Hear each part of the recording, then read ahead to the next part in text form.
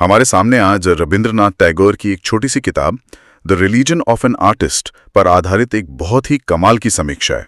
और इसे पढ़ते हुए मेरे मन में एक ही सवाल बार बार आ रहा था कि एक कलाकार का धर्म क्या होता है।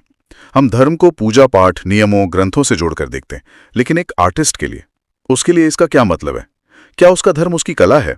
और अगर हाँ, तो फिर उस धर्म का स्वरूप क्या है? इस समीक्षा को देखकर लगता है कि टैगोर धर्म की जो पारंपरिक परिभाषा है उसे पूरी तरह से तोड़ देते हैं। उनके लिए ये कोई बाहरी चीज नहीं, बल्कि एक अंदरूनी खोज है, सच्चाई, सुंदरता और आजादी की खोज। तो चलिए आज इसी विचार की गहराई में उतरते हैं। ये एक बहुत ही दिलचस्प विषय है, क्योंकि ये कला को देखने का हमारा नजरिया ही बदल सकता है। अक्सर हम कला को धर्म से जोड़ते हैं, जैसे भजन, धार्मिक पेंटिंग्स, मूर्तियां। लेकिन टैगोर की ये किताब एक क्रांतिकारी काम करती है। ये कला को भगवान तक पहुंचने का रास्ता नहीं बताती, बल्कि ये कहती है कि कला खुद एक आध्यात्मिक रास्ता है। मतलब कलाकार के लिए उसका स्टूडियो ही मंदिर है और उसकी रचना ही उसकी प्रार्थना। ठीक है, तो इस दर्शन की नींव कहाँ है? समीक्षा में टैगोर का एक कथन है जो शायद इस पूरी बहस का केंद्र है। वो कहते हैं, सच्चा धर्म आज्ञा मानना नहीं बल्कि महसूस करना है। अब देखिए, आज्ञा मानना यानी ओबीडियंस, ये तो हमें हर धर्म सिखाता है, नियमों का पालन करो, जैसा कहा गया है वैसा करो। लेकिन टैगोर कह रहे हैं कि ये सच्चा धर्म नहीं है। सच्चा धर्म है महसूस करना, रियलाइजेशन।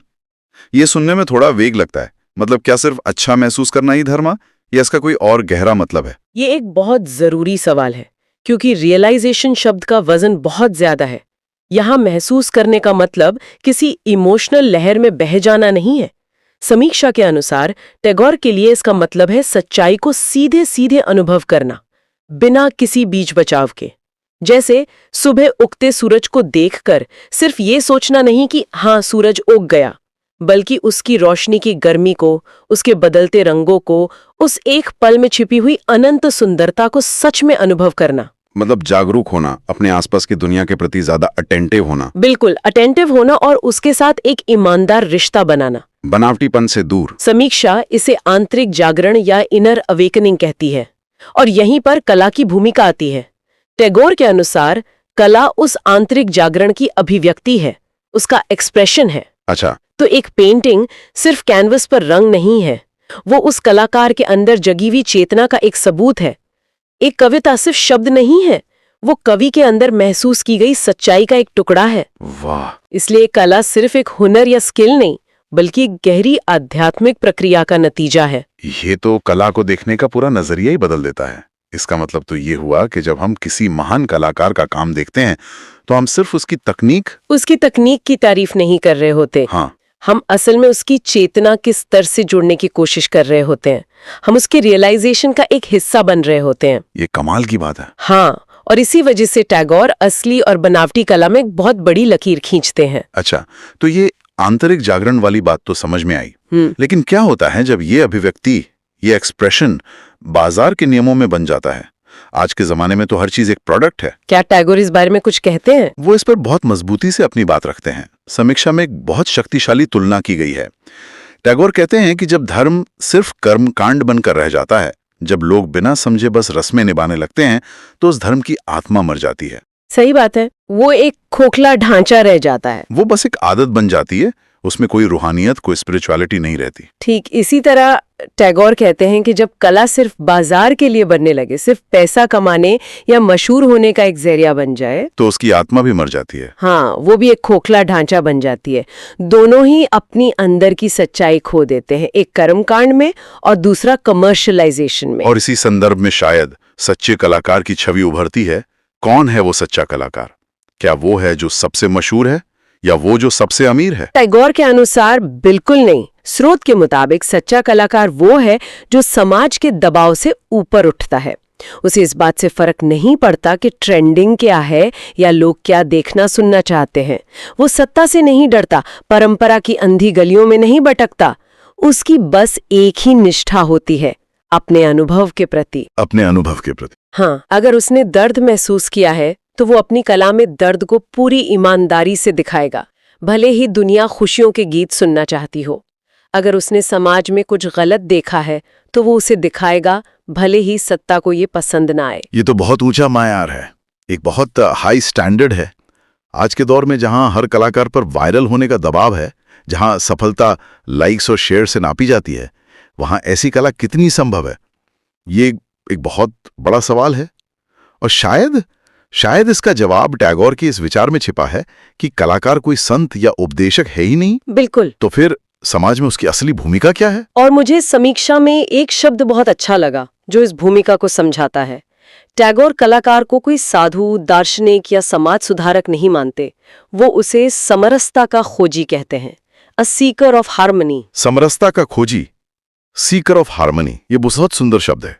एक कलाकार को किसी ऊंचे सिंहासन पर बिठाने के बजाय उसे एक यात्री बना देता है, एक साधक। हाँ, जो दुनिया में संतुलन और तालमेल खोज रहा है।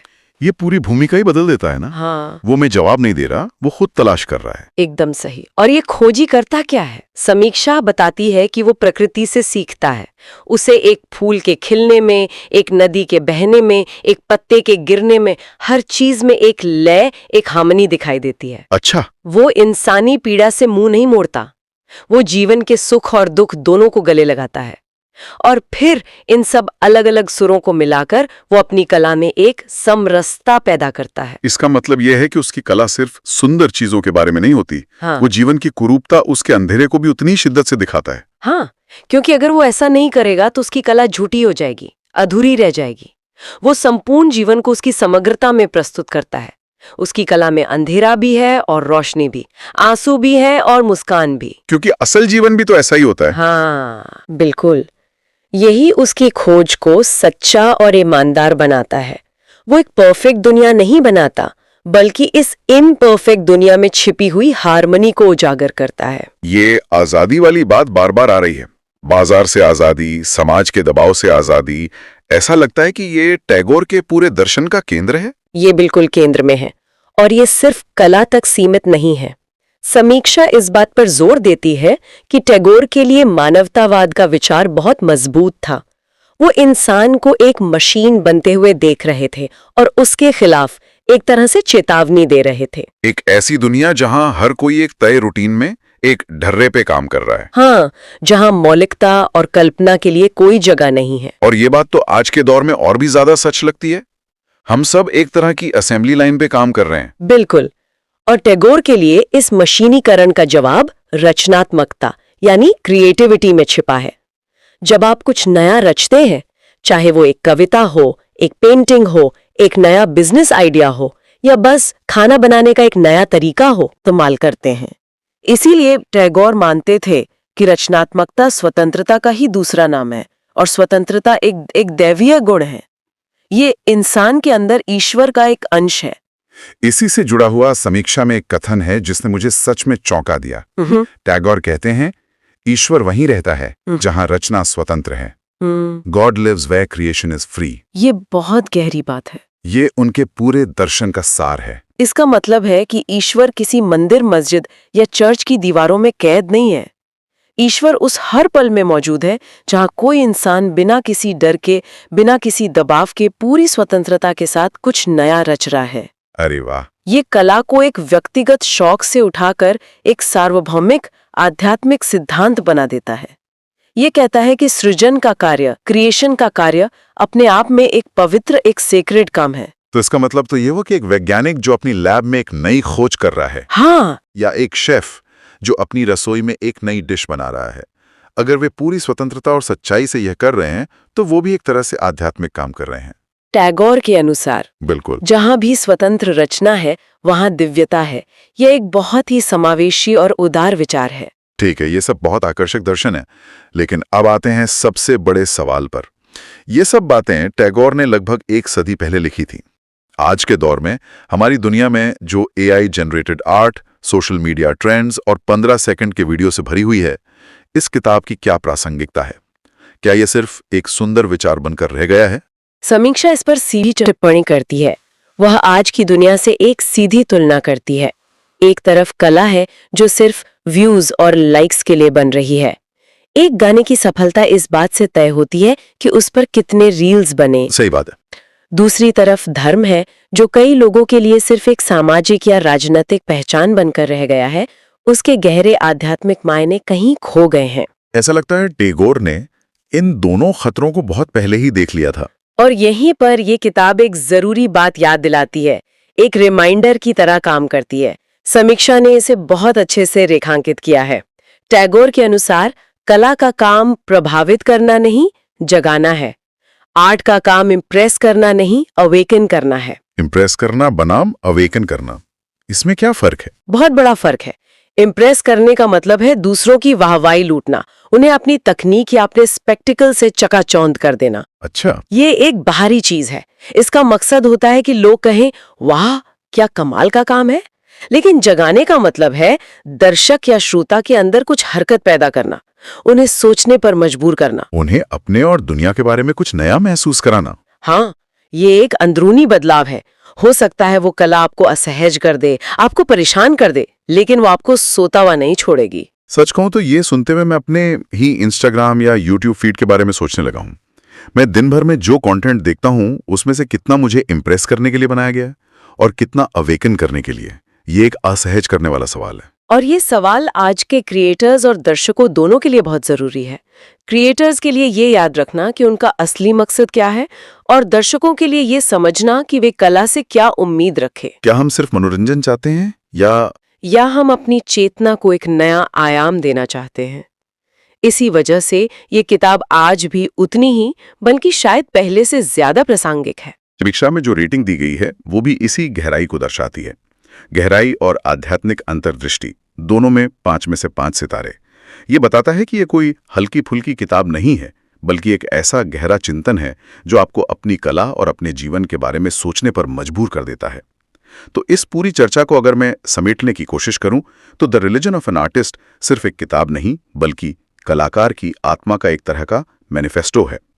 ये एक कलाकार के लिए जीने का तरीका बताती है, उसकी जिम्मेदारियां, उसकी आज़ादी और उसका परम धर्म। स्रोत का अंतिम विचार इस पूरी बात को खूबसूरती से समेटता है। उसमें लिखा है, जब कला सच्ची होती है वही धर्म बन जाती है। वाओ! इससे सुंदर और सटीक तरीके से इस किताब के संदेश को शायद नहीं कहा जा सकता। मतलब जब कोई कलाकार पूरी ईमानदारी और सच्चाई से अपनी कला को दुनिया के सामने रखता है, तो वो काम अपने आप में एक पूजा, एक प्रार्थना, एक आध्यात्मिक कार्य बन जाता है। उसे किसी और धर्म की जरूरत नहीं पड़ती। ये हमें एक बहुत ही जरूरी सवाल पर लाकर छोड़ देता है, जिस पर हम सब सोच सकते हैं। अगर टैगोर के अनुसार एक कलाकार का धर्म अपनी आंतरिक सच्चाई को पूरी ईमानदारी से व्यक्त करना है, तो हमारे दौर के कलाकार, चाहे वो सोशल मीडिया इन्फ्लुएंसर हों, उद्यमी हों, लेखक हों या कोई भी रचनात्मक व्यक्ति, वे किस धर्म का पालन कर रहे हैं? अपनी अंदर की सच्चाई का या बाजार के बनाए हुए नियमों का?